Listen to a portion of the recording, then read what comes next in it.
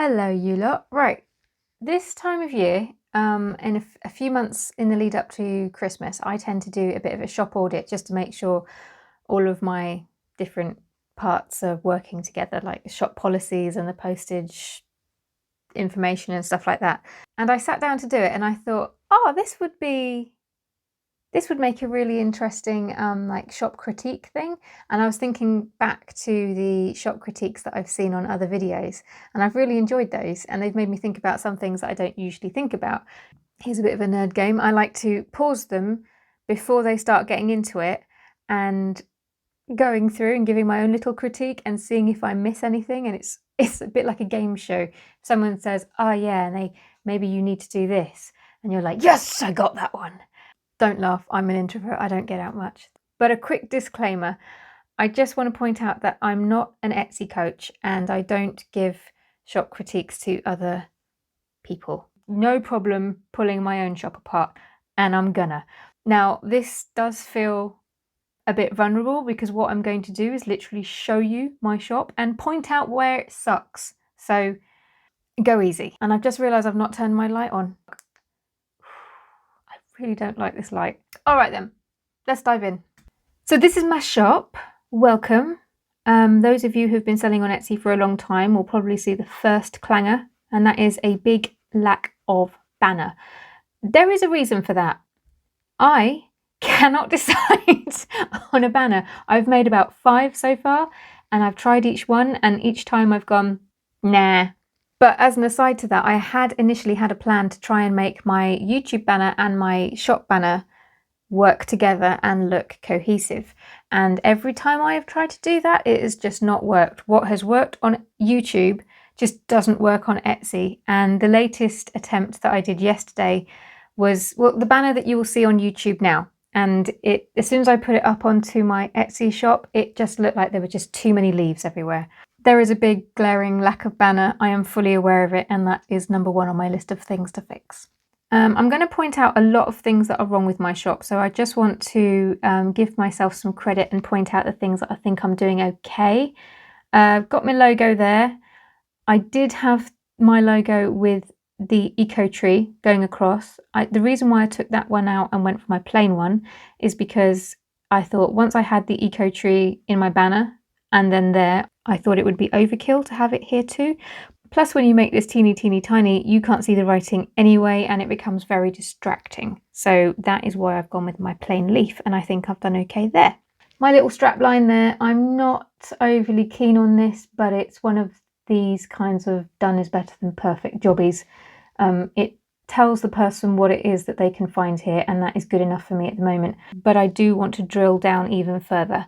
But for now, that's good. I'm happy. Got my face there. I cannot stand this photograph, but again, done is better than perfect. And what else? My section names I think are nice and clear, and yeah, like them. That's brilliant. My announcement. I'm not too happy with this, to be brutally honest. Handmade, hand embroidered, and hand painted. Okay, lovely. What am I referring to? I'm actually referring to these, but I don't think that's hugely obvious, and also none of those things relate to my digital download. I want to change it to something more relevant, and I also want to stick in my email mailing list sign up page in there so that if anybody wants to join it, they can.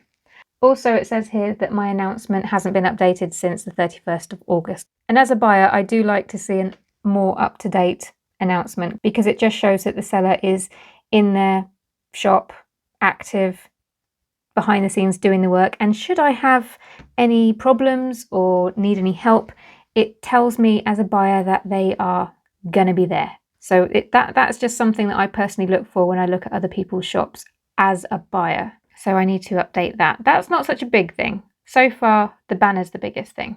Or is it? Can you see what's wrong here? I've only got 6 items. This is killing me. Ideally, I want at least 20 items in my shop. And having only this amount is just, it hurts me, but I can't seem to make the things fast enough and juggle all of my other plates. But I am working on it. I think if I was to go into my shop as a buyer, that would put me off. I don't know, maybe that's just me, but I like to think of my own behaviour as a buyer when guiding myself through how I should have my shop. And I am put off by shops that have just a few items. So yes, I need to fix that pretty pronto. And there's another little something that's bugging me that's linked to the photographs. I want to have my little logo in all of them. Now this is like a variation of my logo. And I've had a bit of a headache with them. So I like this. I think that's a nice, non-intrusive little logo that can help with my brand recognition. However, I have caused some unnecessary confusion with these leaves. First of all, these two have it up in the corner, which looks lovely.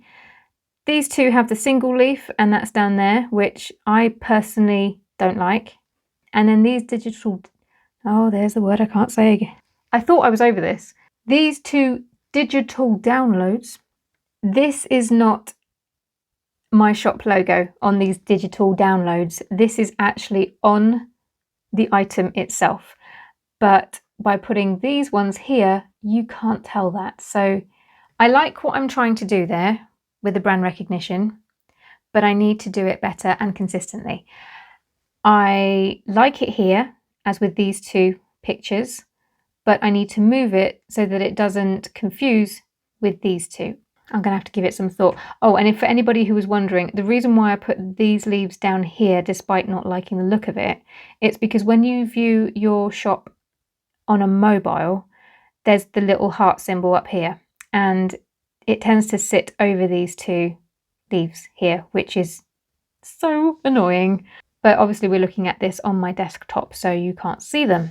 I don't really know what the answer is with this, but for the sake of going forward, I know that it's a little detail, but to do it well, I either need to take them off completely or I need to find a cohesive, consistent way of doing it. People either love the idea of putting a logo or a watermark on pictures or they hate it. I'm indifferent. I think it depends on your shop. I'm not bothered if it puts Etsy off from showcasing my items. I really am not aiming for that. So I personally want to use them because I think that logo doesn't distract from the item itself. And I think if you're going to use one, just make sure that it doesn't distract the eye from the product that you're trying to sell, because if it does, it might be a better idea to leave it. But again, it's up to you what you do, and you're going to have to experiment at the end of the day and see what you like. So there's that. If we scroll down, my feedback's okay, but this annoys me. Right, we go down here. This is all my old stock. Now, if I'm looking at my reviews on my phone, I can just see, I think it's these three, so that's fine. However, for anybody looking at my shop on the desktop, they can still see my old stock, and I don't want to confuse people into thinking that I still make these items. I mean, you can see that this goes back to 2018, 2019, and I have tilted my brand and my shop and my products since then. So hopefully I can encourage buyers to leave feedback and help bury these 1, 2, 3, 4, 5, 6. All right. Again, another little thing, but it's just one of those little details that helps bring your shop to the next level, and it brings all the pieces together so that when people visit your shop, they get that feeling. They just get an instinctive feeling about what it is that you're about. It's unlikely that most people will scroll down this far. To be honest, when they go to a shop, gosh. I mean, this again, I'm not looking at this on mobile, I'm looking at it at a desktop. And the reason I keep referring to that is because most people view my shop on a mobile. So everything looks very different. But on a desktop, people won't usually go further than the items, and they might have a look at the latest reviews, and then that's probably about it. But if they were to keep scrolling, they can see my updates. My updates are okay. The last one was 2 weeks ago.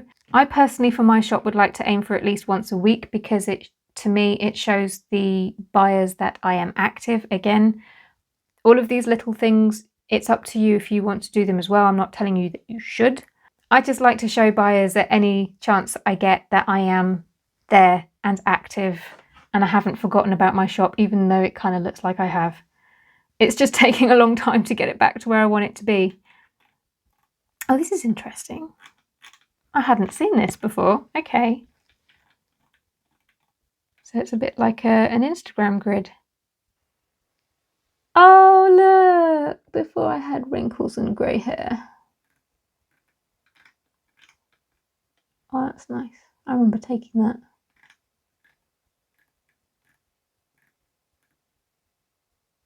Okay, we're going back some years now, and this is not what I brought you on here for.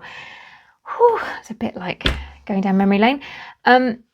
Right, okay, well, that's interesting then. Seeing as folks can see updates in this way, I don't know how often folks would see it, because it's a bit tucked away. But if I was being really picky, I would want this whole page to be recent updates. So how many pictures have we got here?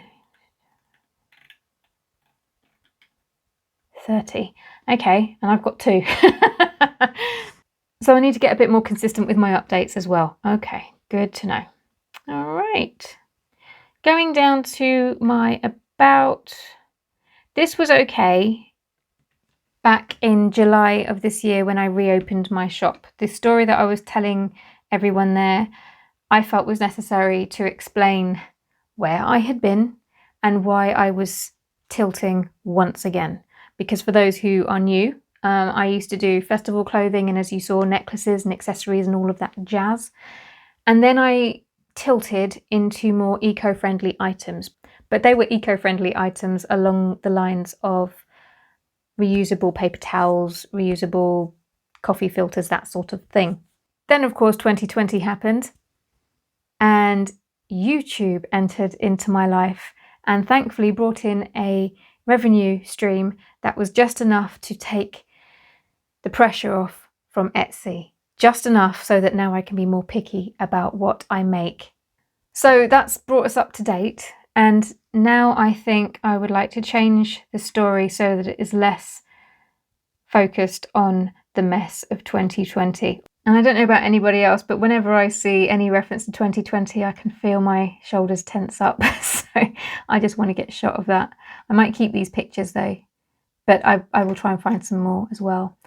I think this link is working. It never hurts to check. Yep, brilliant. And then that I would like to update as well, just because I think that's a bit wishy-washy and doesn't tell anybody anything really.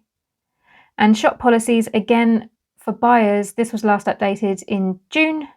And I just think it would help build trust, especially in the lead up to Christmas, if they could see that I had gone in and made sure that all of this was up to date. Yeah, okay, gonna have to review that. All right. So overall, I would say that my shop has potential, but it has some clangers in there for me. But I think by far the 2 biggest things that I need to work on, it's here.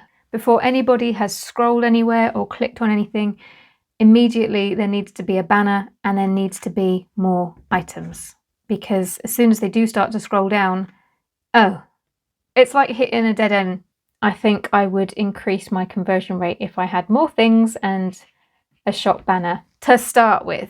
Well, I did tell you I had no problem with ripping my own shop apart, and ripped it apart I have. I have got work to do. Will I get it all done in time for Christmas? We shall see. See you next week.